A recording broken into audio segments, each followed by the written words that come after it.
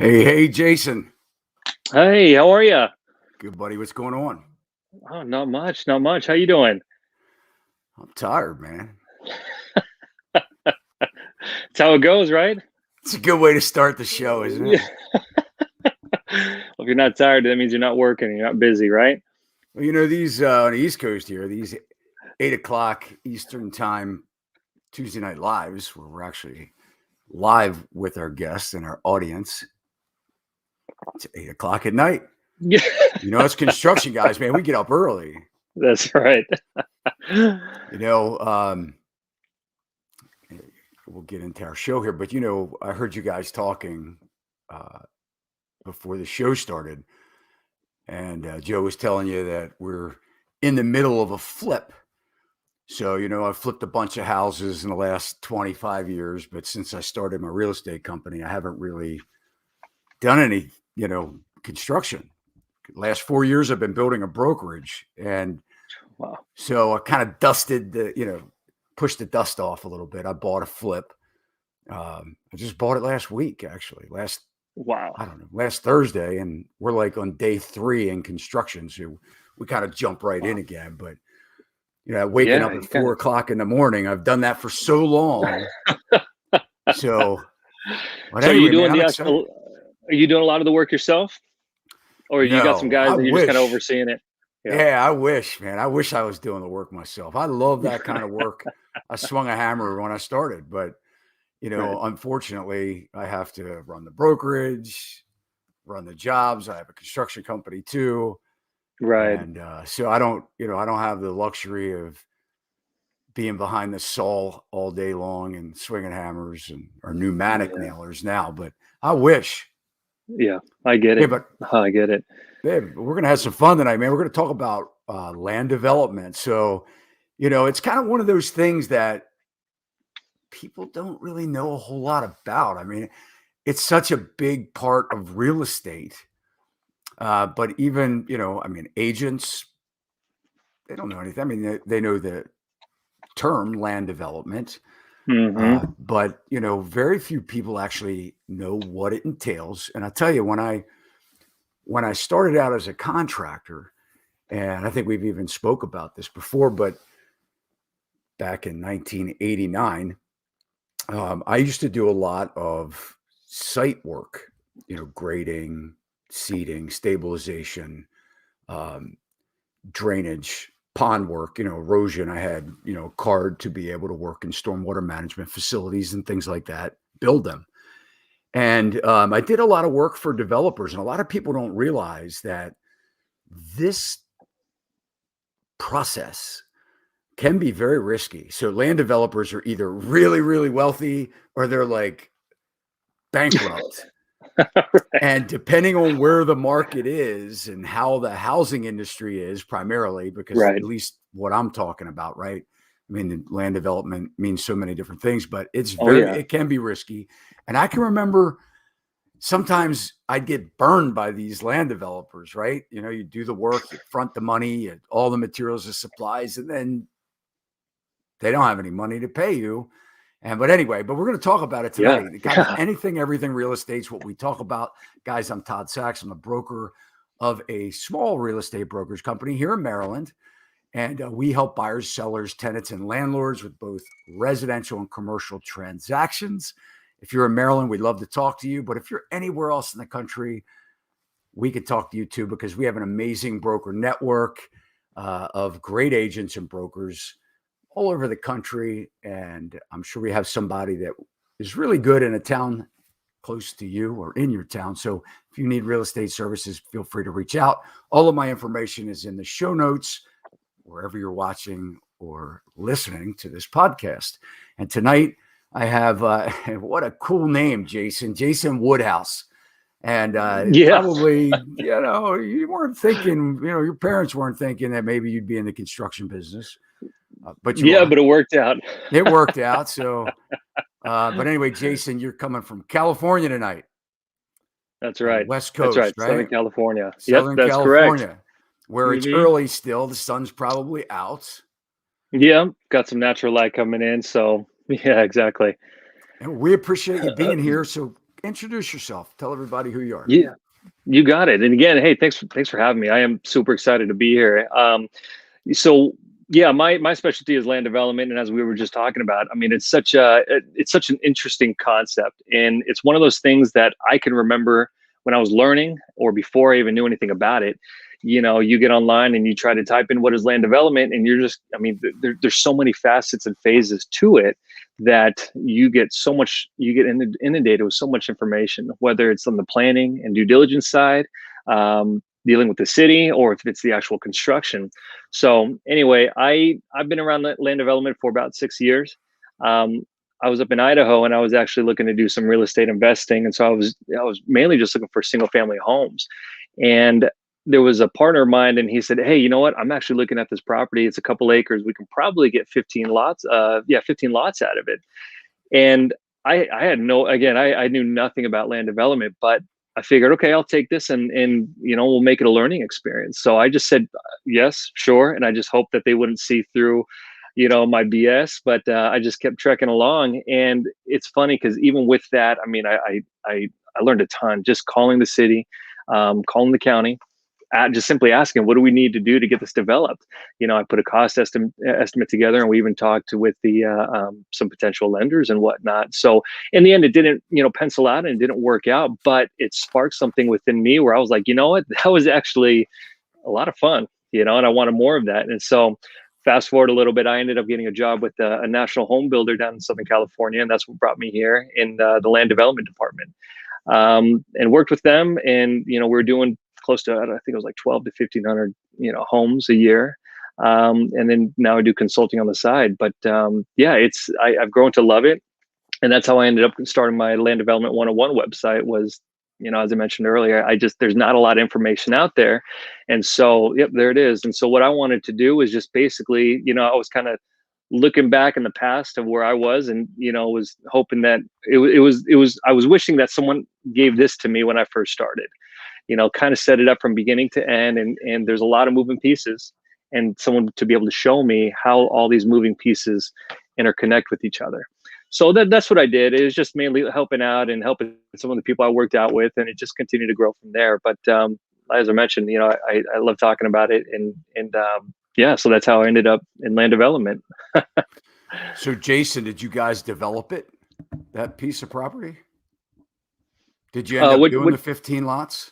No, no. So, like I said, it didn't pencil out. I can't. I think the cost, um, we overestimate. No, we underestimated the cost. So anyway, when we went to go talk with one of the lenders, he had another developer that he did a lot of funding for, and he wanted him to come in and sit down and kind of give his 2 cents on the whole thing. And anyway, at the end of the day, yeah, we just, with the lack of experience that we had at the time, there was definitely some cost that we didn't account for. So like I said, I mean, we didn't lose out on anything. We did our due diligence, and like I said, at the end of the day, it didn't pencil out, which is no problem, and we walked away. But like I said, I got from that experience right there. I mean, I gained a huge education and a foundation that I basically just continue to build the education on. So We a lot of people, and what we just said when I opened, right?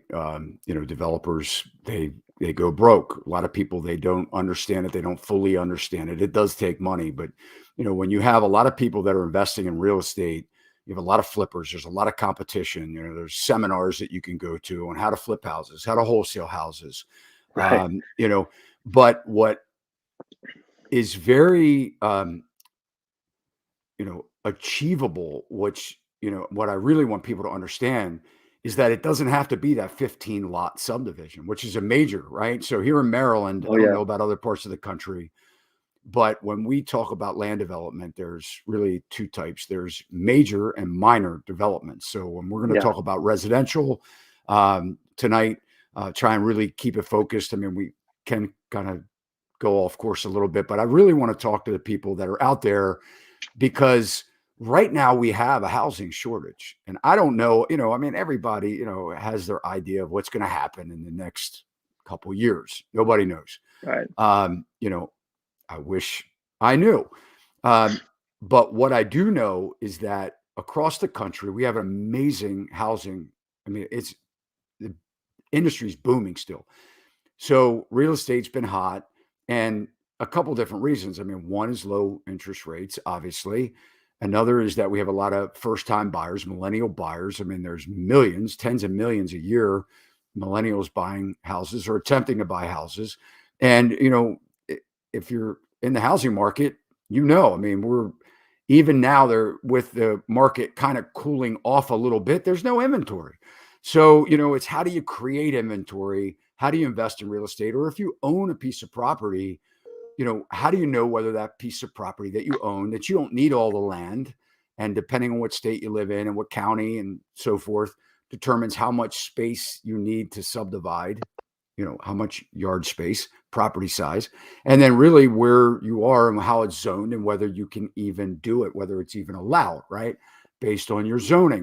But what I want to focus in on is the fact that there is opportunities out there, especially if you're an investor and you're Hmm. looking for ways to make money, where you may be able to find a piece of property that you could, because it takes time, it takes a year and a half, maybe, for a minor subdivision, even to just subdivide to get one lot. A lot of times it'll take a year, Right. but you can buy that property, put a tenant in there, and then while you're making money on your rental, subdivide and then decide what you want to do with it, whether you sell it retail, build another rental, um, build a house to sell. There's all kinds of options. So, Jason, what I'm hoping to do tonight is that we can take this, kind of make it very simple for people to understand, but try and dive in and take a little better look. And guys, if you're just listening and you just want to hear about what it's like to do certain things in real estate, this is something that you probably don't know anything about. So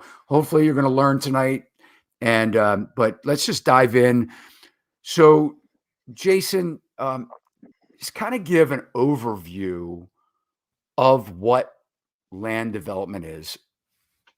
Obviously, you and me know, but what it is and the different possibilities. Sure. Yeah, absolutely. I mean, simply put, land development is basically taking a piece of land, whether it's raw or if it's already maybe zoned for something else. I mean, again, I don't want to get too complicated, but basically what you're doing, you're taking a piece of land, and again, we'll assume it's raw, and yeah, that's a good picture of something that's just nothing there, and you're basically getting it to a point where you're putting in the infrastructure and the improvements underneath to get it to where it's livable. That being said, it doesn't mean necessarily that you're going to be putting the house there. Although again, developers can do that, but a lot of times developers, like I said, they'll take care of everything underneath. Wet utilities, they'll take care of the grading, dry utilities, and whatnot, and basically they'll just get everything up to the property line of the new house, and then if they sell it off, then the new home builder is going to come in and he's going to build that home. But it's basically everything before that. It's everything that nobody really sees because it's all underground. And like I said, you just want to get that to a point where it's livable, it's buildable. So And what I like to do, and for my clients as well, is I like looking at these houses and that are for sale. And depending on what county you are around Maryland, but just give you an example, like Baltimore County, a lot of times you have a single family house that basically, and we'll try and make this easy, but let's just say you have these different zoning codes. So if you go on, I think most municipalities have it online now, but if you go to the zoning maps wherever you live mhm. and you put an address in and you're specifically looking for zoning maps, it will give you your where that address will pop up, and it'll look like a map, like Joe had on the screen here a couple minutes ago, and it will have your property line, and then there'll be like a overlay and it'll give you some codes. Like in Baltimore County, we have what's called like DR 3.5 or DR 5.5 or DR 16, DR 32. What that means is dense residential per acre. So if you're looking at DR 5.5, basically that means 5.5 residences or units, houses per acre of land. So, that's kind of like the first place to start. So what I like to Yeah. do when I'm looking to invest in real estate, or I have an investor that I'm trying to point in the right direction, or I have someone that has a retail that has lived there, for 20 years, and they want to try and cash out. They have 5 acres or 10 acres or whatever, and they want to know if they can develop it, piece off land. That's where I kind of start as the broker, right? Just to see, hey, look, is it zoned for a higher density? And then basically, what is the lot size that you have? And you just do the math. Exactly. Yeah. So, do you work with a lot of people like that, Jason? Yeah, and you know what? And if we could back up a little bit too, I just want to add on to that with what you said. I remember again one of my early days with the real estate investing, and I came across another guy that was just killing it out there in Idaho, and that was the first thing he told me. Anytime I brought something to him, that was always his first question: Can you split it? Can you subdivide it? Right? Because if that's the case, then you've just grown your profit just like that from being able to split it.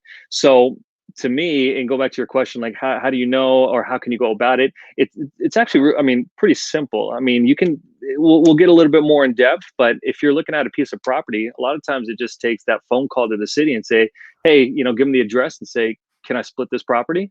And then they'll walk you through it. I mean, they'll pull up the same thing that you mentioned, whether it's the zoning, the zoning map and whatnot, and then yeah, they'll let you know what opportunities are in front of you. If you can't be split, or if it's not zoned the way you want, can you ask, can it be rezoned and stuff like that? So for the sake of, just don't want to scare people off that this isn't for anybody. But like I said, a lot of times it's just a simple phone call to the city and saying, can I split the property?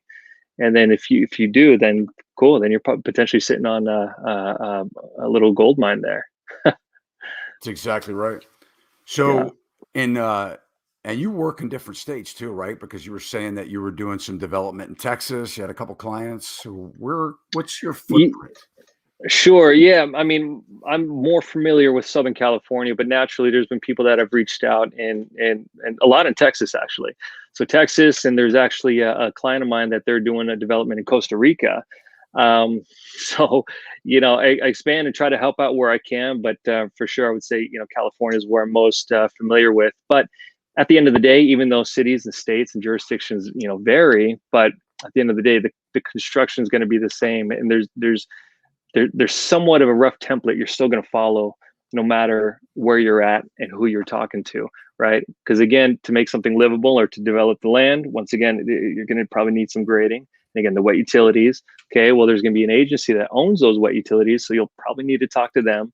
And you're basically wanting to just try to get the green light to open this up and push your project as far along as possible.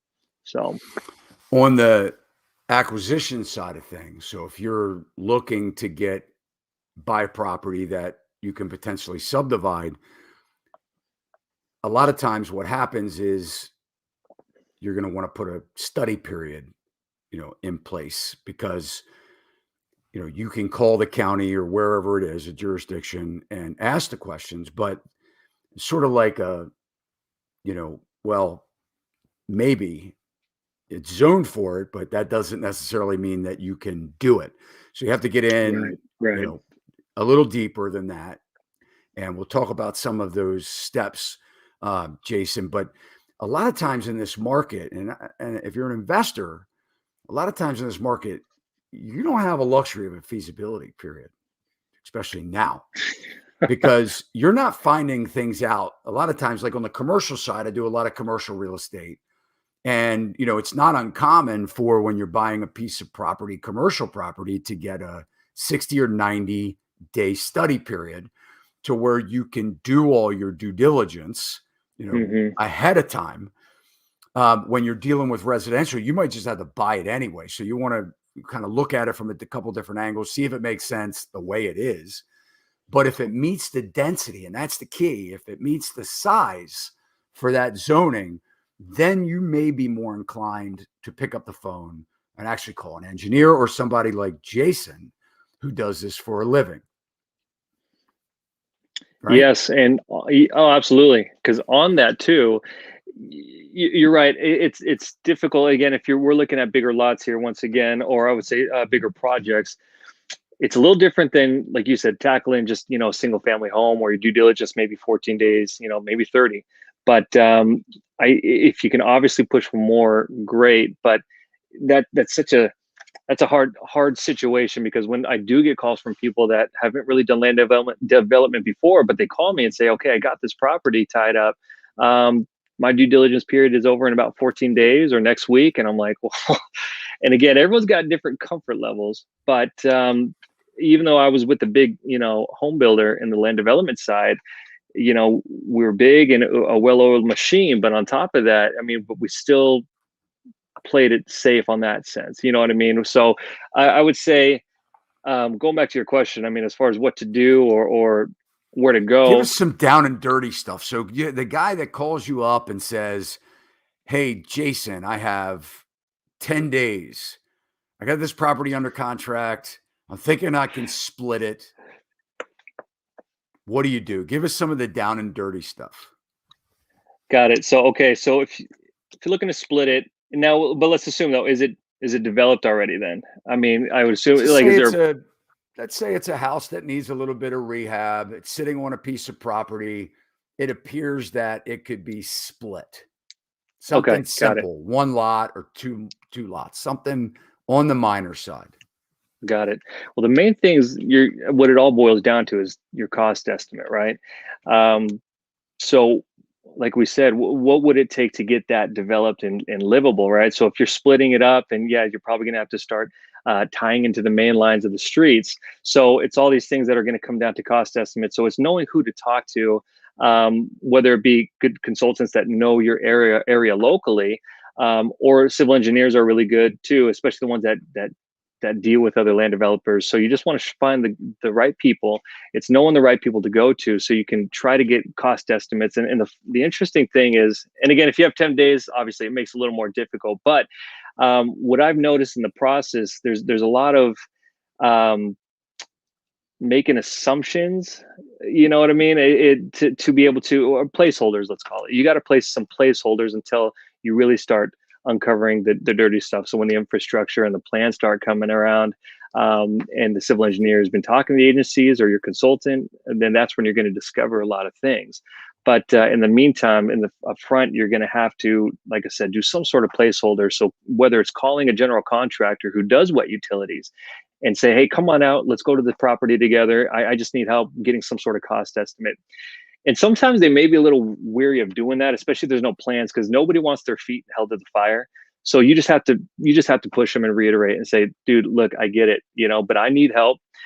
You're the professional. Just give me a rough cost. I'm not going to hold your feet to the fire. And basically, you're trying to build as close to an accurate cost estimate as possible without really having any plans or anything like that. But that's something to get you there. It always makes me a Well, little even weird. but before you get to that though, I mean, let's just kind of talk about, we've got 10 days, right? I call you up. I'm like, Jason, man, I think this property's good.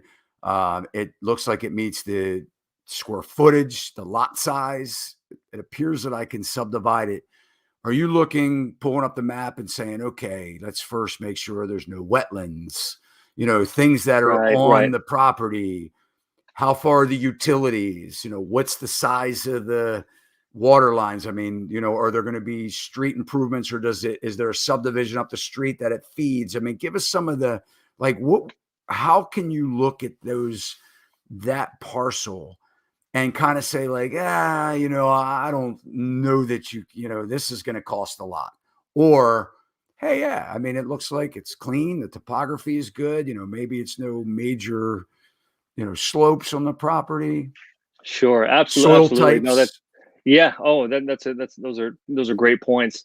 Um, so what you can do, I mean, so there's you can do a boundary survey, right? So you can have a surveyor go out there. That's pretty critical. So if they go out there, I mean, they'll not only just check the boundary lines, but like you just mentioned, they'll also go through title documents and other information that's needed to be able to pull out as accurate as possible, some sort of preliminary site map for what you want to do. But like you were saying, that they should be able to find different types of easements or water lines or anything that just runs through your property that's going to be odd or out of the blue, or Yeah, it's a something that, great like you point. said, is going to cost a lot of money. I have a client down in Laredo, and so same thing. They're closing on a property. They sent the surveyor out there to do the boundary survey, and they came back and said, "Hey, we actually found this easement that didn't show up on the city's map because it was so old, or who knows why that was, but it didn't show." But the surveyor went through and went all and dove in all the information and found that there was a line there, or it was a well. It was abandoned, so I don't. Hopefully, it's not that big of a deal. That it's not going to be. It's not in use. But that's just a small example of some things that you just can't know just by going out and taking a look at it. So yeah, if you get the civil engineer or surveyor out there to do that, they should be able to put together a very accurate site map. Yeah, you just said something that too. I mean, title work, because a lot of times there are things in the deed that restricts the development of the property. So I know deed Yes. Yep. restrictions, they could have said back in the day in the 1900s that this land conveys to this person, Exactly. that person, that person. It could never be subdivided, it can never be split or whatever, it's, you know, Yeah. Well, and and another if thing it's too, not illegal, if it like we see things that are in title work that are now illegal, it violates, fair housing, things like that, but when you're talking about something that is a legal, restriction, deed restriction, that that stands, yeah, right? that too. That as Yeah. well as CCNRs, right? That could Hmm. have some sort of restrictions. So you definitely want to find that out.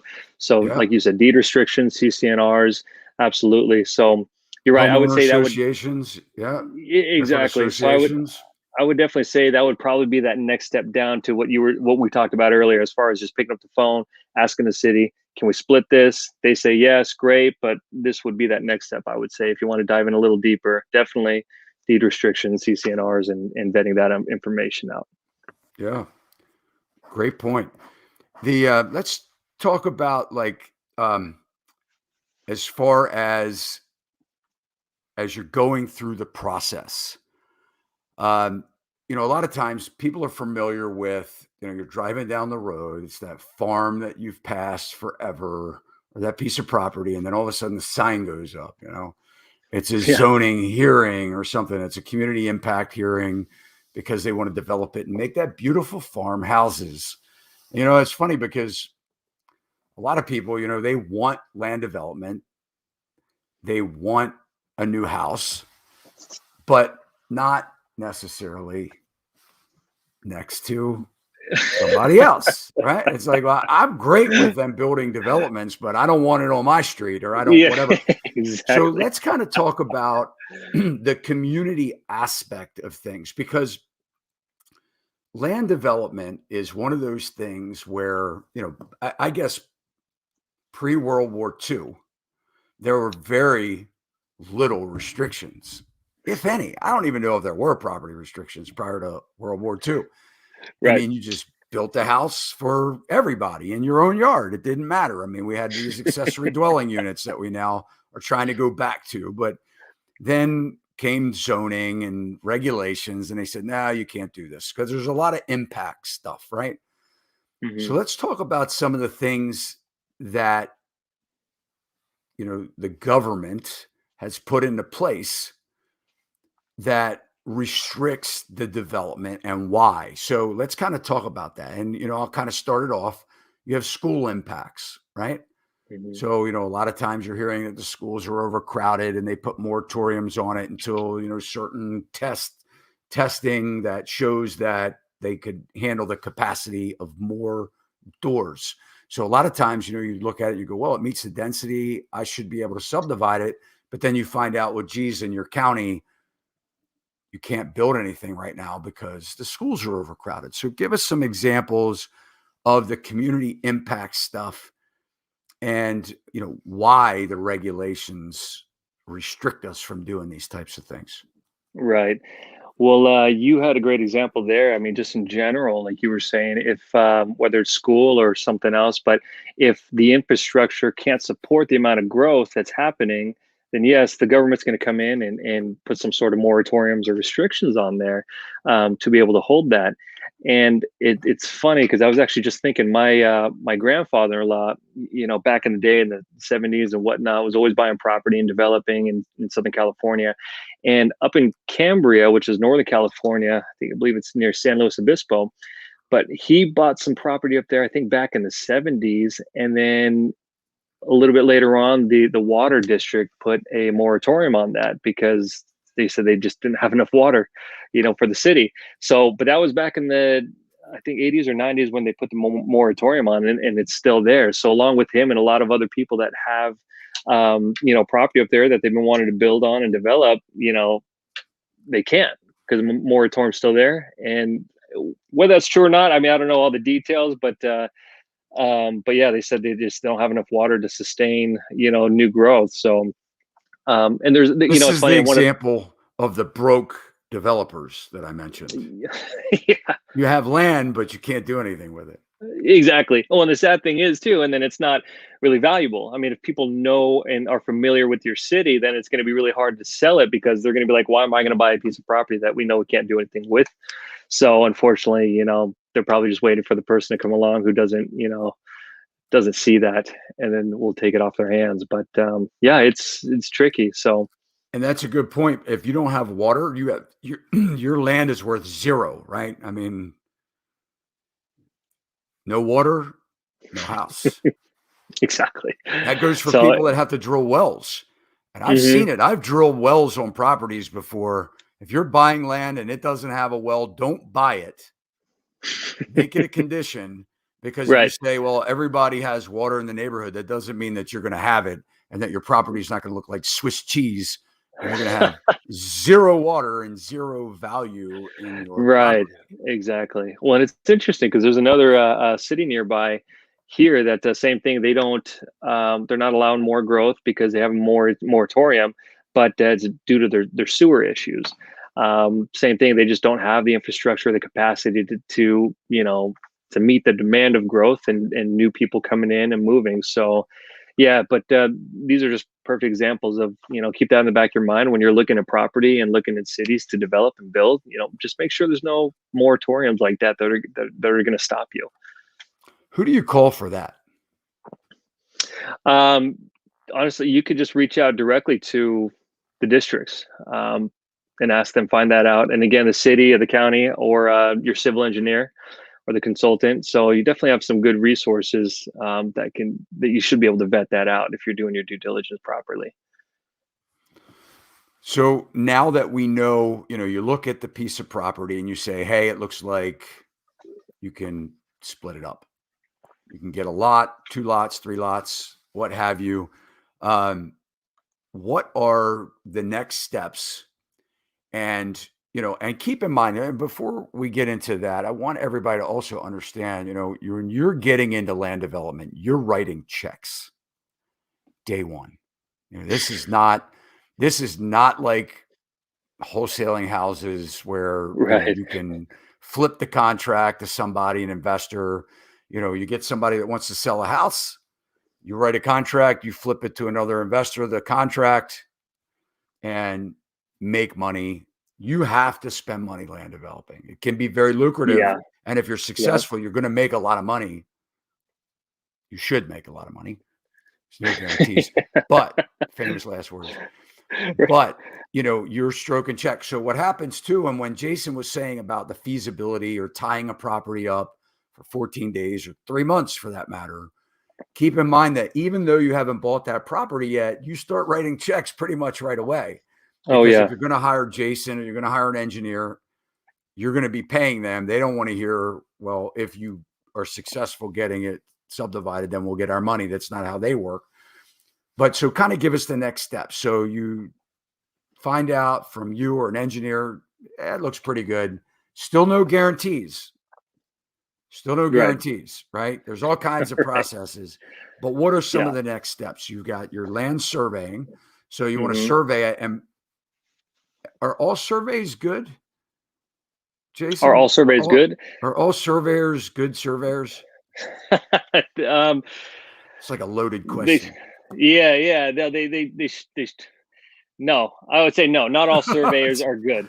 Just So like that's pretty anything. much it. Yeah, exactly. It's you're gonna have. I mean, I got countless examples of different things, and I mean, and there's been times where we've had good surveyors that just screwed up in certain areas, and a lot of times they catch their mistakes and whatnot, and so I mean, it happens, but yeah, there are some surveyors that just think they found the old equipment in the back and they said that let's just add this service to our resume, and but they have no idea what they're doing. I mean, people are still people. You'll still find people that maybe don't know how to read plans, and you look at the plan and say, okay, this cut of the elevation from the plan, when I'm just looking at the profile view, we need to cut down 10 feet. And all of a sudden they're showing 35 feet. So, it's just, a lot of times they just get in this remote robotic situation of just get it done, but they're not actually logically looking at everything and seeing that it makes sense. So, no, good. There's good and bad What for sure. advice do you have for people? Because I've had experience with surveyors, and it's a little bit of science and it's a little bit of art, right? With surveying, I mean, you're Hmm. looking for markers. If you can imagine, I mean, we all have these properties, and it looks like the property lines are delineated, and sometimes people will have their fence on your property, and you don't even know. Exactly. Sometimes you put your shed on their property, and you don't even know. And then at the end of the day, I mean, there are different laws, with possession rights and how long it's been like that and things like that. But a lot of it is, when you're trying to determine where the lines are, how does somebody go about making sure that the company that's doing that is going to mark the lines accurately and not just go off of somebody else's work that came before them? How does somebody pick a good land surveyor? I would say from the beginning, just doing a background check. I mean, you're essentially they're going to be a partner, so you want to jump in and maybe get some referrals and references. You don't always want to go with the cheapest guy. So if you're bidding around the surveyors and you get the guy that's the lowest, okay, great. Now your first instinct is probably to go with him, but like we've just been kind of discussing here, you have to jump in and do some homework, ask him, what work he's done in the past, and talk with those people that he's done work for here, whatever the group is, and get some referrals.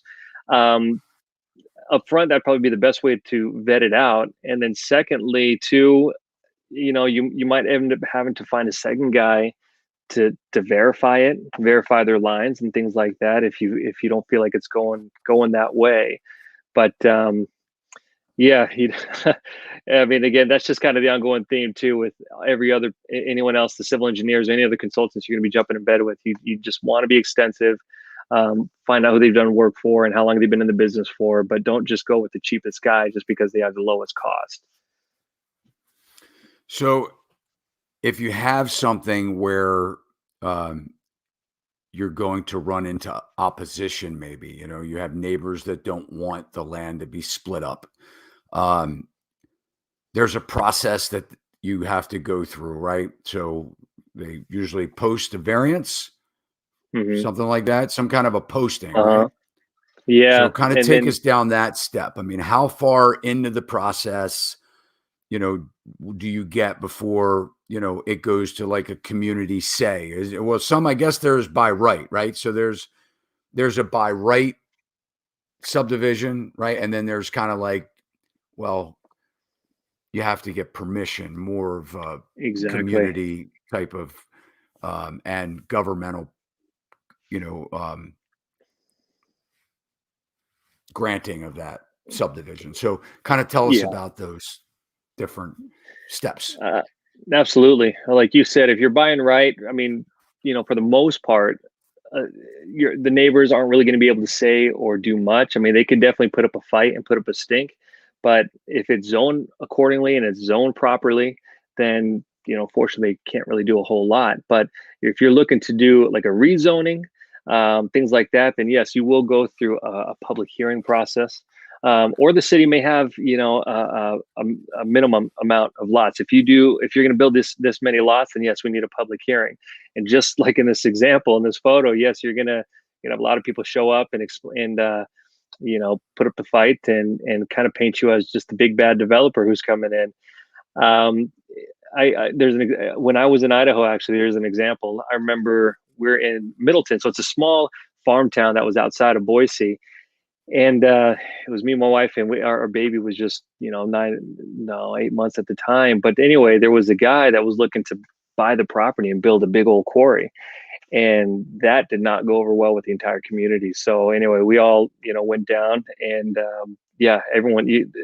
And it's funny because you almost feel bad for the guy too, because you just see him look. He's over there just like anyone else who's trying to create a venture and do something positive. But at the same time, like you were saying earlier, but not in our town. You know what I mean? And especially when you're taking into account different things, health, and what it's going to do, like whether it's air pollution and the noise that you're going to be hearing all day from the quarry and stuff. But at the end of the day, of course, that suffice it to say that didn't go through. But I'll always remember that, because that's exactly how it goes down. Everyone will show up, and that's when they're they're getting in front of the microphone and stating their case, and yeah, there will definitely be some resistance. And even if you do get the green light to go through with the development, I mean, you'll still find some neighbors just still want to make it as difficult as possible, no matter what, even during the process.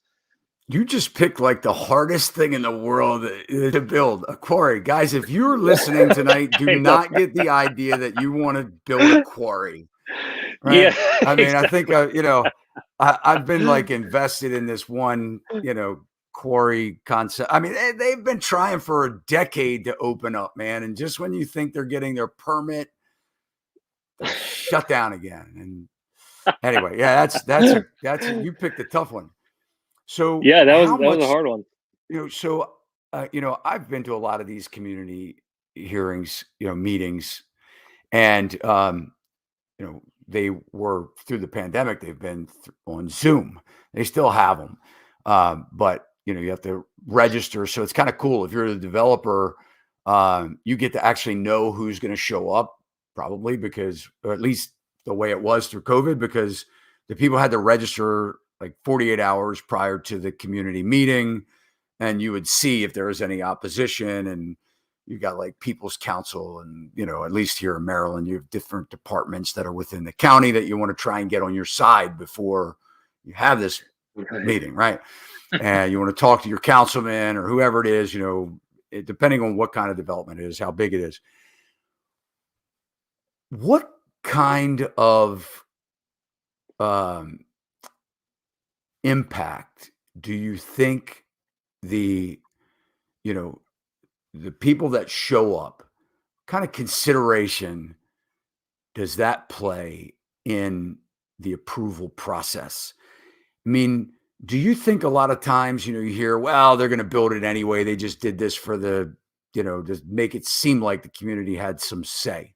In your experience, do you find that the community matters a lot or a little when I they're would. objecting to something?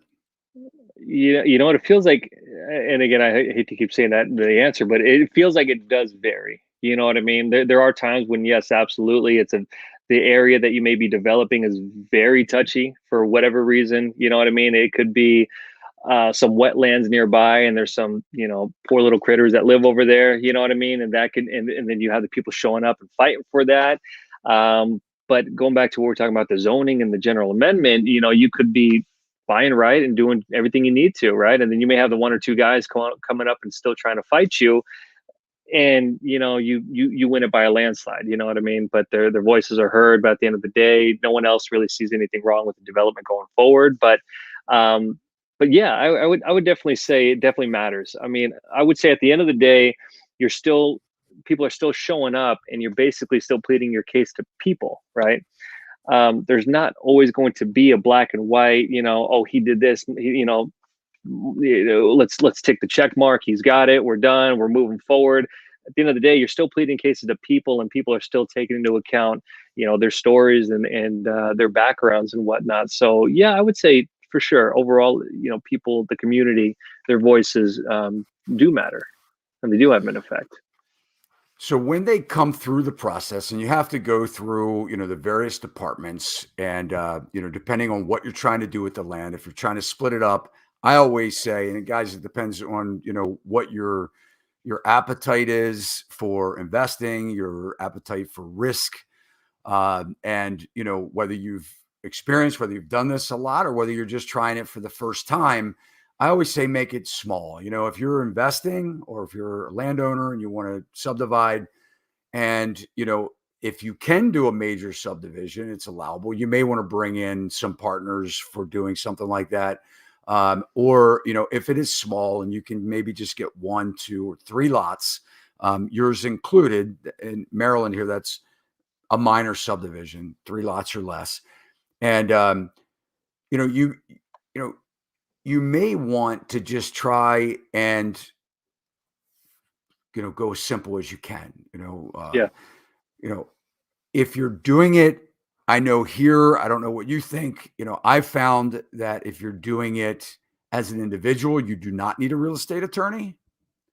But if you are doing it in a corporation or a business, then pretty sure a lot of counties, if not most here in Maryland, will want you to have a real estate attorney involved, especially if a variance is needed. I could be wrong on that, but most of the time, when I've needed a variance, I've had to hire an attorney doing it through a company.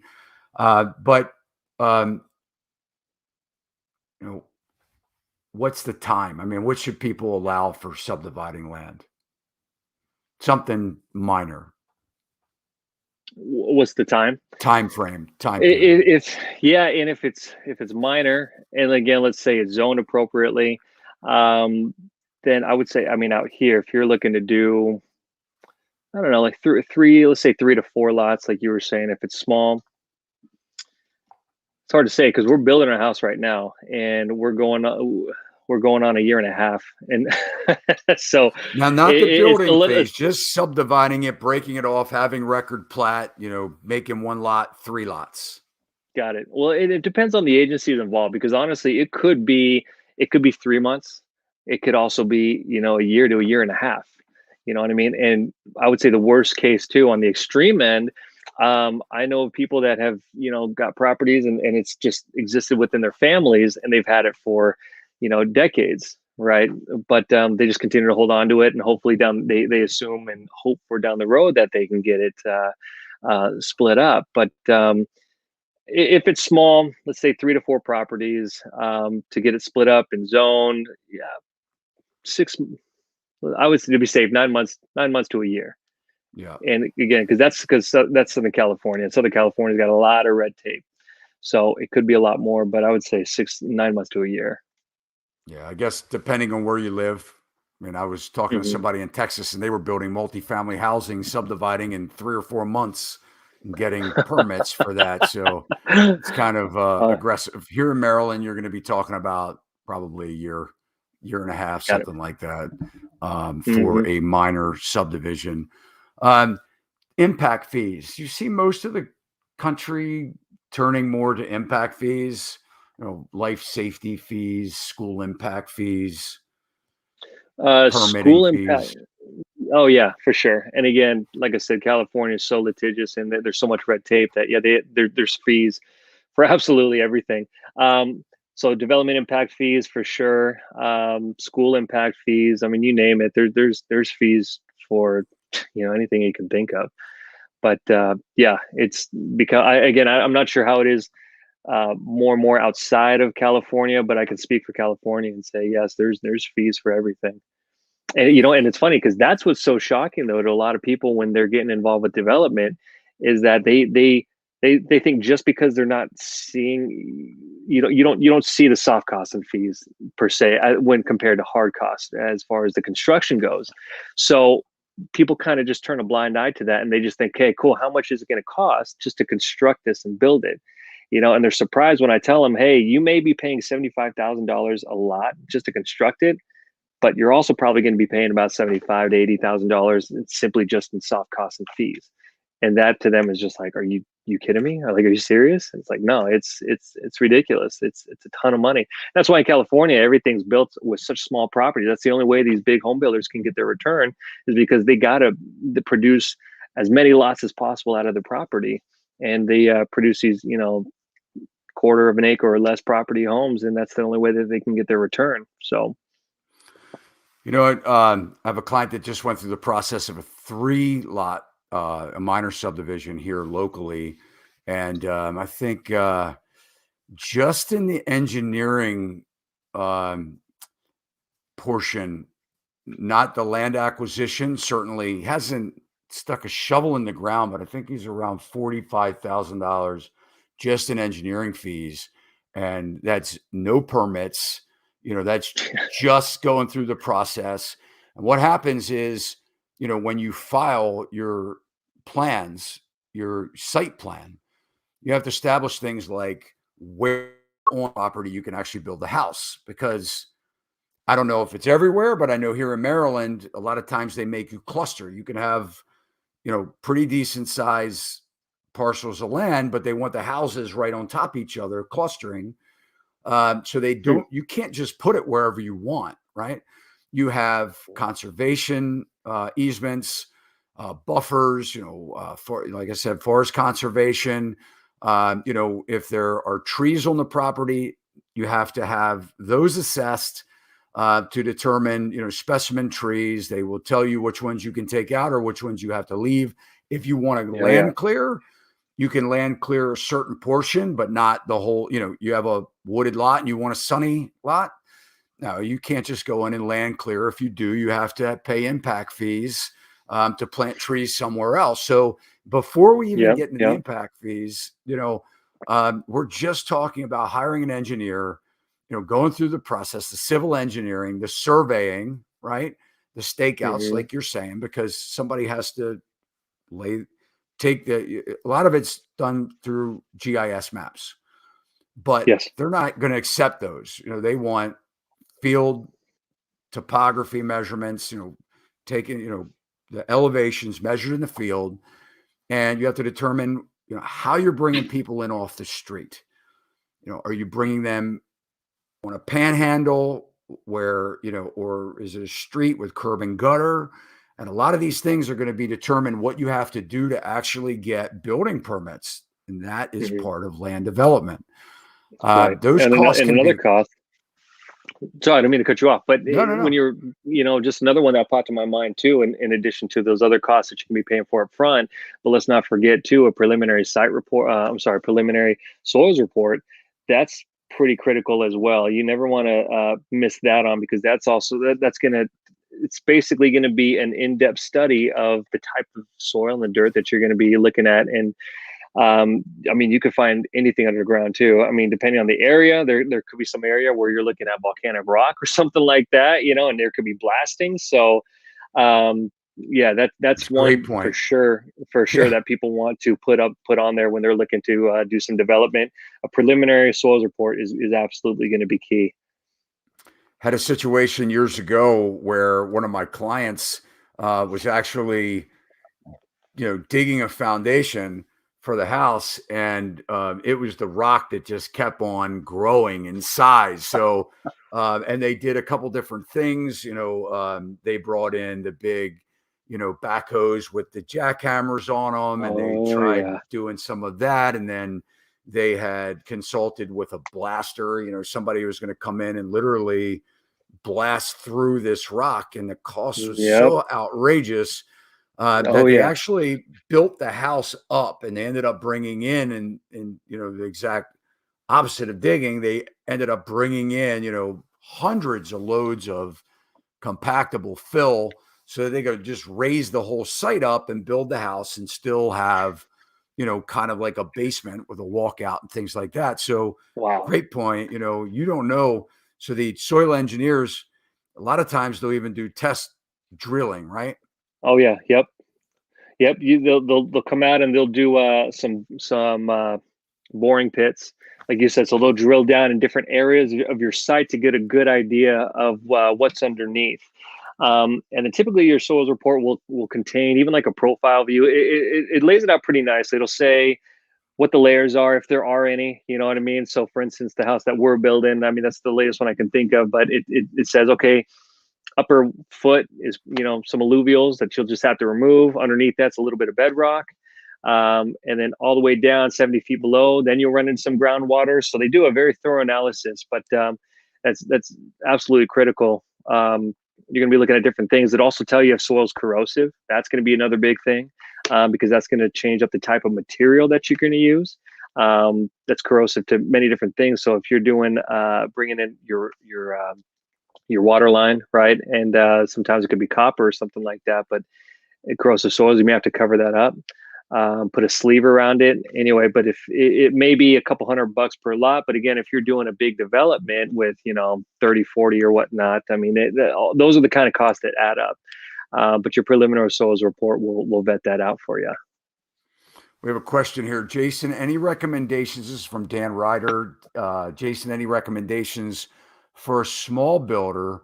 And, and I know exactly what he's talking about here on how to keep your civil engineering and your consultants on a budget for small subdivisions without them thinking you have an open checkbook.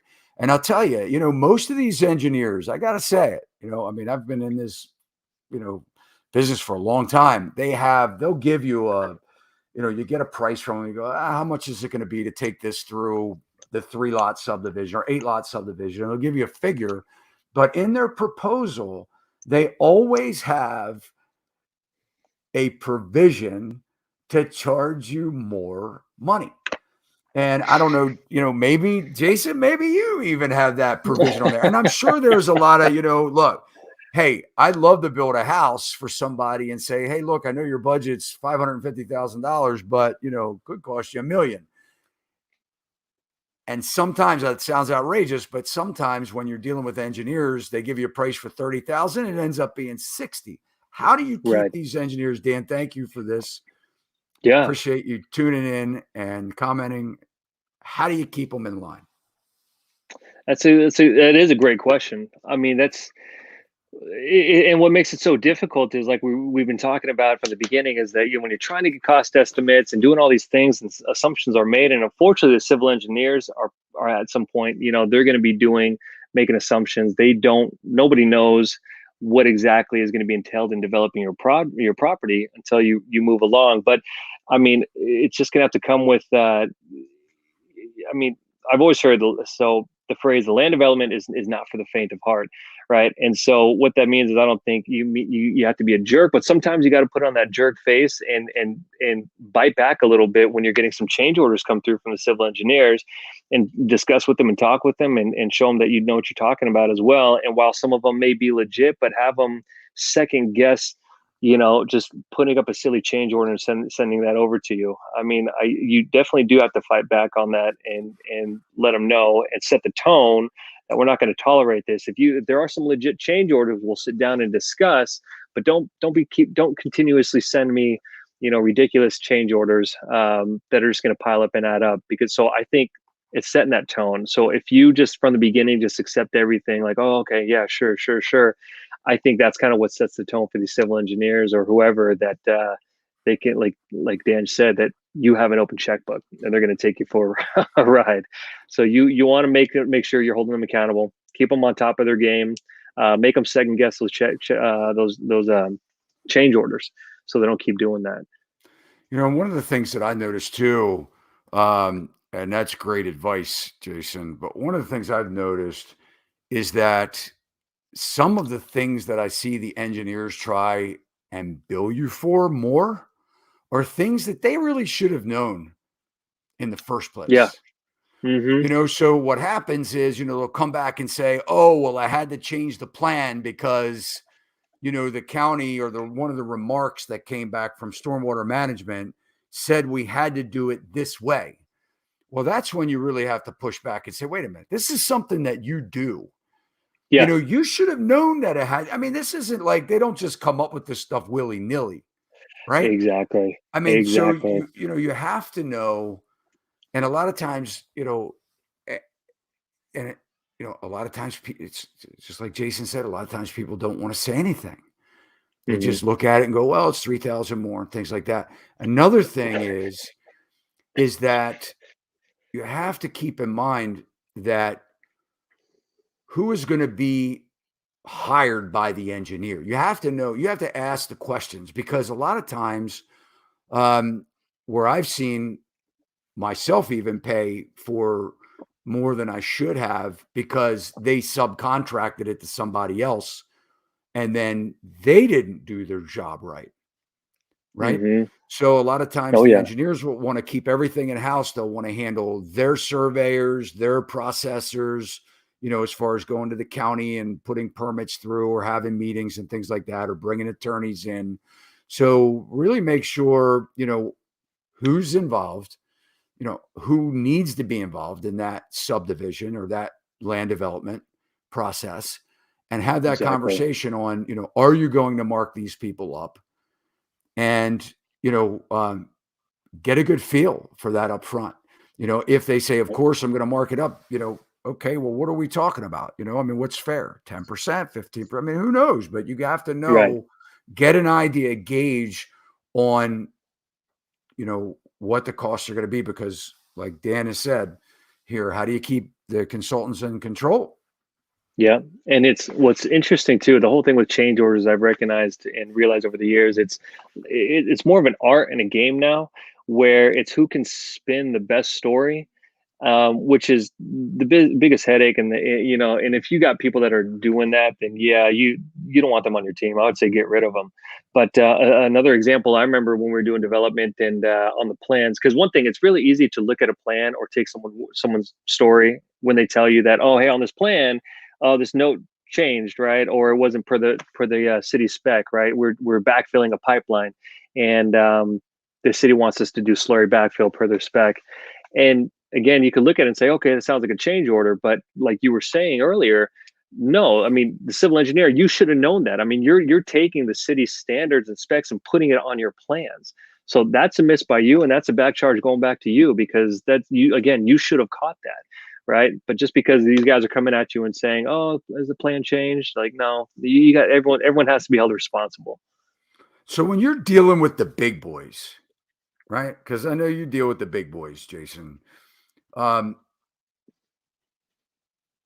is that kind of, you know, common for them to say, like, I'm back charging you, Jason, your company, or this engineering firm, or this surveyor for this or that?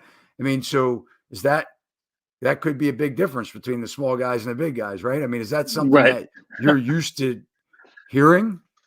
And not saying that you're making Yeah. mistakes, but I mean, is that kind of like their vernacular a little bit? Like they're kind of coming forward saying, hey, look, we're back charging you for this. You should have known that. Yeah. Oh, absolutely. And but at the end of the day, it's negotiations, right? And so sometimes it's a little quid pro quo, where okay, I scratch your back and you scratch mine. You made a mistake. Okay, we'll help you out here, and vice versa. But no, absolutely. And again, depending on the project too, because we've had projects that are doing well, and we had projects that are absolutely tanking, and we weren't letting anything go by. So yeah, there were some jobs that unfortunately everyone was feeling the pain. And when it came down to back charging and renegotiating things like that, then yeah, absolutely, the teeth were coming out, and people were getting back charged left and right, including the civil engineer. So, and that's luckily one of the leverage of being with such a large company and a big development company, is that civil engineer or whoever may be getting back charged, or who's going to be eating the cost, they can put up a fight. But at the same time, do they want to damage a relationship with such a big company that's giving them and feeding them so much work? So unfortunately, we did have that going for us, where it's like, okay, if you really want to sour a relationship, you know there's plenty of other people we can give work to. So there's definitely time to roll over and take it, and there's a time when you can bite back, and if you're not responsible for it.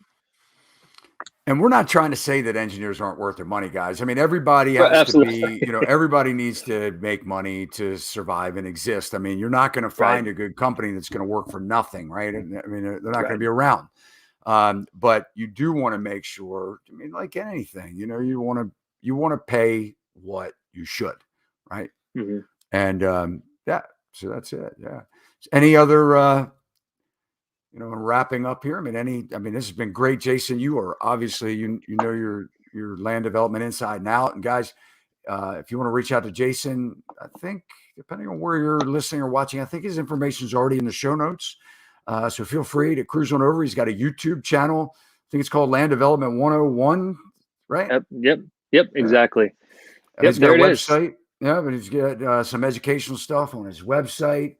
Feel free to reach out to Jason. Jason, any Any last minute tips or advice? Yeah, absolutely. Just in closing, and like you mentioned, and first of all, again, thank you for having me on. It's been a pleasure. But like we were talking about from the beginning, and the most common question I would say I get when people reach out to me is that they're looking to develop for the first time, and then there's the whole, okay, oh, I got under contract, or I tied it up. What next? And that's kind of where the scary process happens. And as we kind of touched upon earlier, it's like you have to recognize, you definitely want to leave yourself a long enough time for that feasibility period to vet out as much information as possible. Don't get in the trap of being pushed around by other people, whether it's the city or the agent, the real estate agent, whoever's involved, who's pushing to close so quickly. You got to be the one to pump the brakes and say, like, no, because if you're stuck with some crazy thing that the city or someone, puts on you, and you've already closed, I mean, you're the one essentially left holding the bag. But anyway, I try to break the process down as simple as possible. So like you were saying, cruise over to my website, or reach out if you got questions. But there's always going to be that point where you can lay something out, hopefully methodically, and in a way to where you you make some assumptions as needed, you mitigate your risk, and you put a placeholder into where you feel comfortable to pull the trigger. Because I think some people think land development is really just a gamble, where it's got some risk involved, but at the end of the day, it's not. I mean, you're not going and betting everything on black like at a roulette table. You can still take the leap of faith, but you're still going to have to make some good assumptions and mitigate that risk. So anyway, there's more to it. We can go on and on about it, but at the end of the day, I'm just looking to educate people and help people understand the process, and that's how everyone gets better. So Absolutely, 100%. Yep, and I'll add to it, guys. Know when to cut your losses. I've been in situations before, that's when I figure, well, it can't get any worse, and then it can.